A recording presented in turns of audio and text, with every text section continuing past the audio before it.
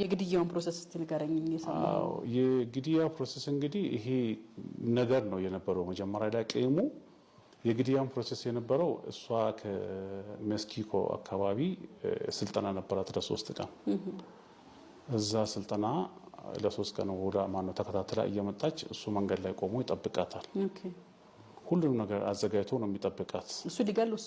ሊገል ወስኖ ማለት ነው የሚጠብቃት ያው መኪና ውስጥም ኤቭሪቲንግ የተያዘ ነገር ነው ያለው ብላው አለ ሸራ አለ ይባላል ገመድ አለ ይባላል ሽጉጥም አለ ማን ያለው ያየው ይሄን ፖሊሶችም አይተውታል ልጆችም አይተዋል እነሱ ያን ሁሉ ተዘጋጅቶ ነው ሄደው ከዛ በኋላ መኪናውን እዛ ሆቴል የሮሰን ሆቴል ፊት ለፊት አቆሞ ይጠብቃታል አሰንዳፋ ማለት ነው እሷ የምትወርድበት ቦታ ላይ ከዛ በኋላ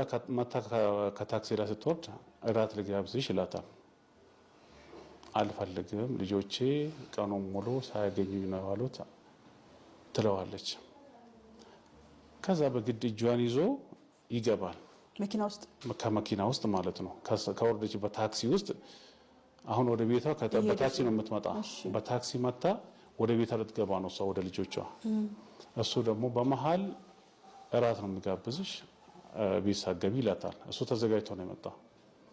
ከዛ በኋላ እኔ አልገባም ልጆቼ እየጠበቁኝ ነው ትለዋለች ከዛ በኋላ በግድ ይዛትና ወደ ሆቴል ያስገባታል መጀመሪያ ወደ ሆቴል በግድ ከገባች በኋላ የሆቴል ባለቤቷም እያየቻት ነበር ገባችና ሁኔታዎች አላማራትም ደስ ማላላትምና ሽንት ቤት ገብታ አንድ ምናቆ ወንድማችን አለ እዛ አካባቢ ፈንሰንዳፋ አለ እሺ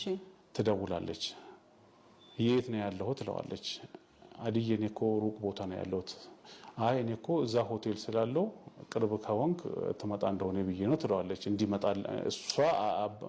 ፈለገችው ፈርታ እንዲመጣለት ፈልጋለች እሱ ወዲያውኑ ተከትሏት ገባ ወደ ሽንት ቤት ሌላ ስራ እንዳሰራ ማለት ነው